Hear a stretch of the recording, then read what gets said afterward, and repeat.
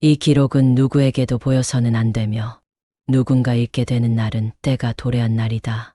봉인된 노트. 스님의 마지막 수기. 성철 스님이 세상을 떠난 지 30년이 지났습니다. 그의 법언은 침묵이었고 삶은 검소하며 말 한마디조차 무게가 있었습니다. 많은 이들이 그를 수행자이자 성자처럼 기억하지만 그가 마지막 순간에 남긴 작은 노트 한 권은 전혀 다른 진실을 암시합니다. 이 노트는 오랜 세월 동안 알려지지 않았습니다. 정확히 말하면 누군가가 의도적으로 감춰왔던 기록입니다. 발견은 우연이 아니었다. 2023년 해인사 경내에서 노후화된 문서 정리를 하던 중 보관소 한 구석에 무기명 봉투 하나가 발견됩니다. 봉투에는 어떤 이름도 주소도 없이 단 한 글자만 적혀 있었습니다. 시간. 봉투 안에는 작은 수첩 크기의 노트가 하나 들어 있었고 표지는 오래되어 바스러질 듯 얇았습니다. 노트의 첫 장에는 이 한 줄이 적혀 있었습니다. 이 기록은 누구에게도 보여서는 안 되며 누군가 읽게 되는 날은 때가 도래한 날이다. 놀라운 건 필체가 생전 성철 스님의 글씨체와 매우 유사하다는 점. 이후 불교 서예 감정 전문가들이 분석에 들어갔고 90% 이상의 유사율이라는 결과가 나오게 됩니다. 해석되지 않은 수수께끼들. 노트는 일기 형태도 아니고 법문도 아니었습니다. 그 안에 기록된 건 오로지 날짜와 비유, 그리고 단어들 뿐이었습니다. 예를 들면 다음과 같은 구절들입니다. 3일, 하늘 아래 가장 높은 자는 스스로를 모를 것이다. 칼은 물속에서 춤춘다. 꽃이 피지 않으나 사람들은 향을 맡는다. 그리하여 세상은 속는다. 이처럼 명확한 설명 없이 은유와 상징만이 반복되는 구조였습니다. 그런데 이 문장들이 가리키는 날짜와 시기를 하나하나 대조해본 한불교 철학 연구자는 소름 끼치는 결과를 내놓았습니다. 이 노트는 단순한 상징집이 아닙니다. 특정한 국가적 변화의 전조를 담고 있으며 그 변화가 도래할 정확한 시점을 암호화한 문서로 보입니다. 그 중 하나가 바로 2025년 6월 3일을 가리키는 구절이었습니다. 이날은 소름 돋게도 대선일자와 정확히 일치합니다. 왜 시간인가? 라는 단어는 이 노트의 핵심이자 유일한 제목이었습니다. 성철 스님은 과거에도 시간에 대한 발언을 종종 남겼습니다. 하지만 그때는 대개 모든 것은 지금 이 순간이다라는 선적 통찰로 해석되었습니다. 그런데 이 노트 속에서의 시간은 다릅니다. 단순히 지금 이 순간을 살아라가 아니라 곧 다가올 시간을 준비하라는 경고로 읽히는 것입니다. 시간은 흐르지 않는다. 다만 가까워질 뿐이다. 이 문장은 어떤 이에게는 철학처럼 보이지만 어떤 이에게는 폭풍 전야의 선언처럼 다가옵니다. 특히 하늘 아래 가장 높은 자는 스스로를 모를 것이다라는 표현은 지도자 혹은 권력자의 자기 착각, 자기 신격화를 지적한 것으로 해석되며 현재 상황과 겹쳐지면서 논란을 일으켰습니다. 그 날을 향한 퍼즐 조각들. 노트 중간에는 세 개의 기이한 도형이 그려져 있었습니다. 원, 삼각형, 그리고 그 사이를 잇는 선. 그 밑에는 한 문장이 적혀 있었습니다. 이 셋이 겹치는 날 칼날은 붉게 물들 것이다. 도형은 단순하지만 천문학적 상징으로도 해석됩니다. 실제로 2025년 6월 초 달과 화성, 금성이 삼각형 형태로 배열되는 특이한 천문 현상이 예고되어 있었고 이는 몇몇 예언가들과 점성술사들 사이에서도 불안정한 정세를 예고하는 신호로 간주되기도 했습니다. 즉, 성철 스님의 노트는 단순한 비유가 아니라 실제 시기와 사건을 가리키고 있을 가능성이 제기된 것입니다. 의도된 봉인. 그렇다면 이 노트는 왜 지금까지 숨겨져 있었을까요? 일각에서는 이 문서를 해인사 고승들 중 일부가 보관하고 있었으나 내용이 너무 구체적이고 정치적이며 사회적으로 파장이 클 수 있어 의도적으로 봉인되었다는 주장이 제기되고 있습니다. 실제로 한 제자는 익명으로 이렇게 말했습니다. 스님은 이런 걸 절대 밖으로 알리라고 하지 않으셨다. 하지만 그때는 몰랐습니다. 이 문장이 미래의 시한폭탄이 될 줄은. 성철 스님은 마지막까지 사람들과의 거리를 유지했습니다. 그는 자신을 따르지 말고 법사을 보라고 했고 모든 해답은 침묵 속에 있다고 믿었습니다. 그런 그가 왜 누구에게도 보여주지 않을 것 같은 노트를 남겼을까요? 그 노트가 세상에 나와야 할 때가 지금이기 때문일까요? 2025년의 위험한 날 날짜는 이미 적혀 있었다. 예언에서 날짜란 무엇일까요? 막연한 비유나 추상적 경고가 대부분인 예언들 속에서 구체적인 날짜가 등장한다는 것은 매우 이례적인 일입니다. 그런데 성철 스님의 마지막 수기에는 날짜가 분명히 적혀 있었습니다. 2025년 6월 3일 불일.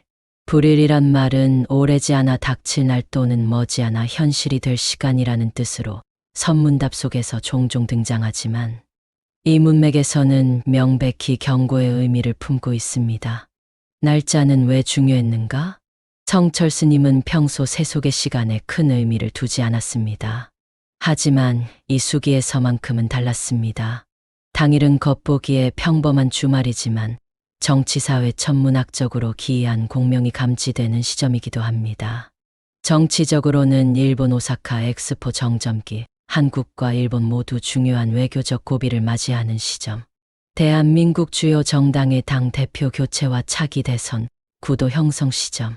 천문 현상으로는 달화성금성이 정삼각형을 이루는 드문 배치. 국제적으로는 대만 해협 분쟁 위기 고조와 미국 대선, 예비 경선 기간. 이처럼 이 날짜는 단순한 달력이 아니라 여러 정치적 이해관계와 외교, 사회 심리를 뒤흔들 수 있는 긴장 집중의 시간입니다. 수기 속 표현은 의미심장했다. 해당 날짜를 언급한 수기에는 다음과 같은 문장이 함께 적혀 있습니다. 하늘은 밝으나 땅은 울고 칼은 춤추되 피를 보지 않는다. 그날 그는 웃고 있을 것이다. 그러나 웃는 얼굴에 뒤는 검다. 학자들은 이 표현을 다음과 같이 해석합니다. 하늘은 밝다. 대중은 위기를 인식하지 못한 채 일상적인 일처럼 하루를 맞이한다. 땅은 운다. 그 이면에서는 사회적 분열, 누적된 분노, 체제 내부의 갈등이 극에 달해 있다. 칼은 춤춘다. 피는 보지 않는다. 직접적인 충돌은 없지만 거대한 권력 이동 혹은 심리적 공포의 고조. 그는 웃고 있다. 특정 지도자 혹은 권력자가 안심하며 승리를 선언하나 검은 얼굴 뒤 진실은 숨겨지고 있으며 무엇인가 심각한 비밀이 가려져 있다. 이 문장을 단순히 비유로 보기 어려운 이유는 2025년 6월 3일이라는 시점이 반복해서 수기 속 등장했다는 점입니다. 스님은 이날을 기점이라고 불렀습니다. 기점은 눈으로는 보이지 않고 다 지나간 후에야 느껴진다. 그때는 이미 늦다. 이 말은 단순한 시간의 흐름이 아니라 역사의 전환점, 혹은 진실이 뒤바뀌는 시점을 의미하는 것일지도 모릅니다. 무엇이 예고된 것인가? 예언에는 세 가지 요소가 숨어 있다고 합니다. 현실의 단서, 상징의 은폐, 그리고 시간이 완성하는 해석. 그렇다면 성철 스님은 왜 하필 이 날짜를 적어두었을까요? 일부 분석자들은 이 날짜가 사건보다도 노출을 의미한다고 말합니다. 즉, 그날 무언가가 일어나는 것이 아니라 무언가가 세상에 드러나는 날이라는 것이죠. 그는 그날 마지막 질문을 받을 것이다. 수기 속 마지막 줄에 있는 이 문장은 매우 인상적입니다. 질문을 받는 자는 흔히 피고인이며 질문 자체는 진실을 요구하는 최후의 순간입니다. 그가 누구든 무엇이든 2025년 6월 3일이라는 날짜는 묻히고 있던 것이 더 이상 숨겨지지 않는 시간으로 설정되어 있습니다. 시청자에게 남겨진 퍼즐. 성철 스님이 세상을 떠난 지 오래입니다. 하지만 왜 우리는 지금 이 노트를 보고 있는 걸까요? 왜 그의 수기 속 날짜는 하필 지금의 시간과 맞닿아 있을까요? 이건 단순한 우연이 아닙니다. 노트의 발견, 날짜의 적시, 해석 가능한 상징의 배열. 마치 누군가가 이 시대를 위해 미리 던져놓은 예언 퍼즐 같지 않습니까? 그는 지도자가 아니다. 충격의 인물 지모. 사람들은 그를 따르지만 하늘은 그를 뽑지 않았다. 그는 지도자가 아니다. 그 자는 사람의 손으로 만든 사람일 뿐이다. 성철수기 제4편 그림자 위에 선 자 중에서 이 문장은 성철 스님의 마지막 수기에서 가장 논란이 된 문장 중 하나입니다. 누구도 이름은 언급하지 않았고 어떤 직위도 구체화되지 않았습니다. 하지만 이 구절을 읽은 수많은 사람들은 마치 누군가 특정 인물을 향해 날아가는 단검처럼 느꼈다고 말합니다. 그 이유는 단 하나, 지금 이 순간 이 묘사에 부합하는 인물이 실제로 존재하기 때문입니다. 사람의 손으로 만든 사람 지도자에 대한 의심, 예언은 대개 상징으로 가득 차 있습니다. 하지만 이 문장만큼은 그 의미가 지나치게 노골적입니다. 사람들은 그를 따르지만 대중적인 인기를 얻은 인물, 하늘은 그를 뽑지 않았다. 천명티엔밍 혹은 정당성의 결여, 사람의 손으로 만든 사람 조작, 연출 혹은 이미지 기반의 권력, 이 모든 문장은 한 방향을 가리킵니다. 스스로 권위나 자격을 증명하기보다 타인의 설계와 지지, 구조 속에서 만들어진 인물, 즉 지도자처럼 보이지만 본질적으로는 지도자가 아닌 인물이라는 경고입니다. 그리고 이 표현은 바로 지금 대한민국 사회가 경험하고 있는 어떤 인물의 부상 또는 현재 권력 구조 속에서 대중이 느끼는 모종의 불편함과 정확히 겹칩니다. 그자는 그림자 위에 서 있다의 의미. 수기에는 이어서 이런 말이 등장합니다. 그자는 그림자 위에 서 있다. 그림자는 실체가 아니며 빛이 사라지면 그는 무너진다. 이 표현은 그가 스스로의 힘으로 선 존재가 아니라 어떤 조명, 즉 외부의 지지, 언론, 이미지 메이킹 등에 의해 비춰진 존재라는 뜻입니다. 그림자 위에 서 있다는 말은 땅이 아닌 환상 위에 서 있다는 뜻이며 그 존재의 불안정성과 진실이 드러나는 순간의 붕괴 가능성을 암시합니다. 성철 스님은 이처럼 형상은 있으나 실체가 없는 자, 다시 말해 지도자의 껍질을 쓴 비페 지도자에 대한 경고를 남긴 것입니다. 한 인물을 향한 암시들, 논란이 되었던 또 다른 문장은 다음과 같습니다. 그는 입으로는 중도를 말하나 마음은 극으로 기운다. 그는 두 개의 깃발 아래 한 개의 그림자만을 남길 것이다. 이 문장은 정치적 중립을 주장하면서도 실제로는 특정 진영에 기울어 있는 인물 또는 대중을 속이기 위해 중도를 가장하는 정치인에 대한 묘사로 해석됩니다. 두 개의 깃발은 양당 정치 또는 여야 모두와 연결된 인물이라는 추론도 가능하며 한 개의 그림자만을 남긴다는 표현은 결국 국민에게 피해만 남긴다는 회의적 평가를 담고 있기도 합니다. 실제로 2025년을 앞둔 한국 사회에는 여야를 넘나든 이미지 정치인, 외부 세력에 의해 조각된 인물, 자질 논란에도 불구하고 선택지의 부재로 인해 지지받는 지도자 후보 등 여러 의심의 시선을 받는 인물이 존재하고 있으며 이 구절들과 그들이 겹쳐진다는 분석이 제기되고 있습니다. 그는 누구인가? 그리고 왜 지금인가?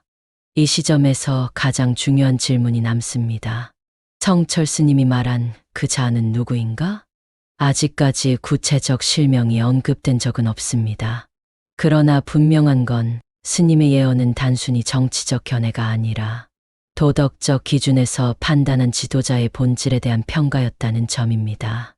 그는 단순히 권력의 유무를 말한 것이 아니라 지도자란 어떤 존재여야 하는가, 그리고 그 자는 그 기준에 맞지 않는다는 점을 천문답 형식으로 드러낸 것일 뿐입니다. 지도자의 붕괴, 국민의 혼란, 이런 경고는 단순히 한 개인에 대한 비판으로 끝나지 않습니다. 성철 스님은 수기 후반에 이렇게 남깁니다. 지도자가 쓰러지는 건 문제가 아니다. 문제는 그 자리에 아무도 앉지 않으려는 침묵이다.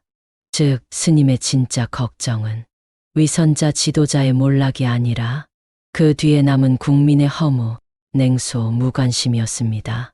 지도자를 잘못 뽑는 것보다 더 이상 누구도 믿지 못하게 되는 사회, 그것이 진정한 위기라는 뜻이겠지요. 5.3일간의 침묵, 드러나지 않던 진실이 움직이기 시작한다. 새해가 바람 없고 새날이 소리 없다. 그리하여 진실은 틈을 타 움직인다. 성철 수기 제6편 우성무성 중에서 성철 스님의 수기에는 유독 침묵에 대한 표현이 자주 등장합니다.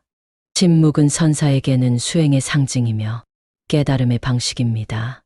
그러나 이 문맥 속 침묵은 깨달음의 수단이 아닌 불길한 징조로 등장합니다.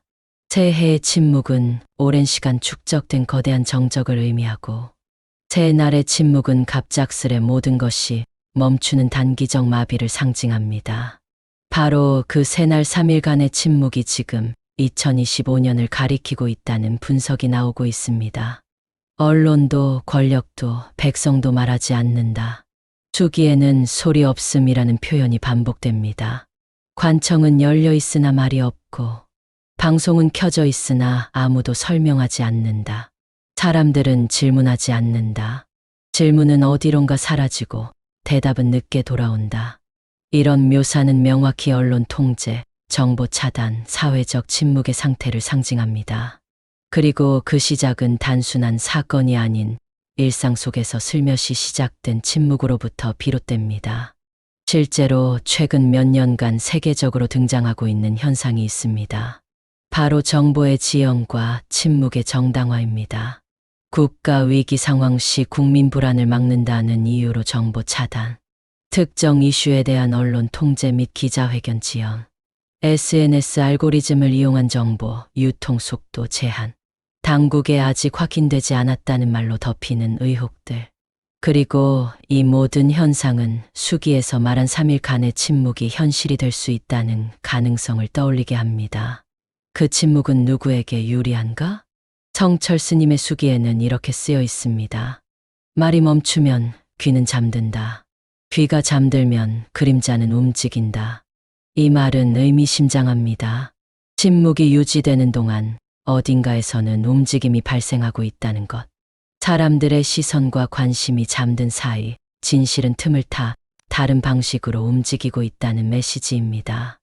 여기서 그림자는 앞선 챕터에서 등장한 실체 없는 권력자 혹은 진실을 조작하는 자들일 수도 있고, 반대로 진실 그 자체가 그 틈을 타 밖으로 나오기 시작하는 존재일 수도 있습니다. 실제로 많은 역사적 진실은 모두가 침묵할 때 드러났습니다. 1970년대 중반 대통령 건강 이상설이 3일간 보도되지 않던 사이 권력 이양 준비. 2000년대 초 언론 블랙아웃 상태에서 외교 협상 비공개 체결. 근래에는 팬데믹 초기에 확진자 정보가 72시간 지연되어 공유되며 정부 신뢰도에 큰 타격. 성철 스님은 이와 같은 조용한 변곡점을 예언했던 것일까요? 3일의 침묵 이후 무엇이 움직이는가? 침묵은 일종의 기회입니다.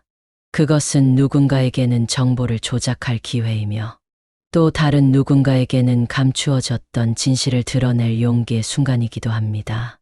성철 수기에는 다음과 같은 구절도 등장합니다. 침묵은 검은 무대. 무대 위에 선 검은 말이 움직이고, 그 말은 뒤에서 왔다. 검은 말은 종종 예언에서 파괴 또는 급변을 상징합니다. 그리고 뒤에서 왔다는 구절은 정면이 아닌 후방, 즉 의심하지 않았던 곳, 믿었던 곳에서의 배신 혹은 전환을 암시합니다. 그렇다면 3일간의 침묵이란 단순히 언론의 정지일 뿐만 아니라 국가 시스템 내부에서 모종의 결정을 숨기고 집행하는 시간일 수도 있다는 해석이 나옵니다. 2025년, 그날과 겹쳐지는 시기. 진실은 침묵 속에서 움직인다. 성철 스님의 수기 마지막에는 이렇게 적혀 있습니다.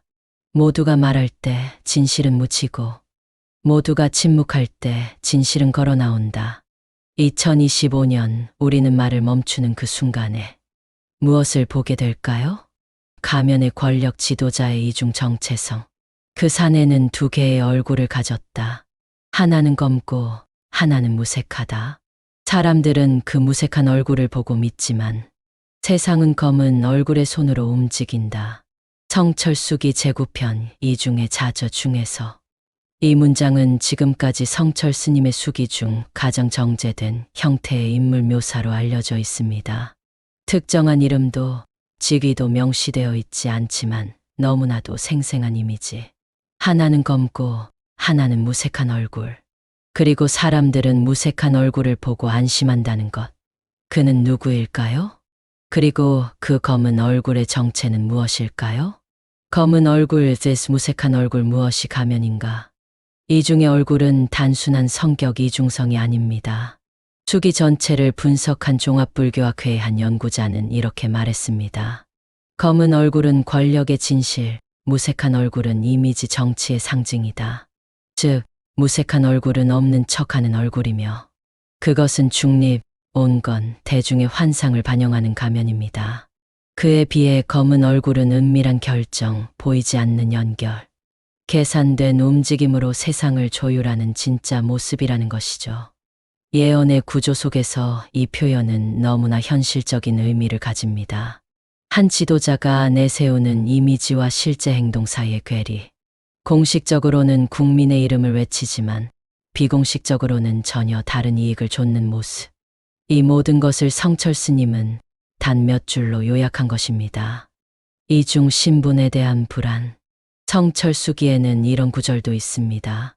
그는 두 땅에서 걷고 두 나라의 말을 하며 세 개의 이름으로 기록된다.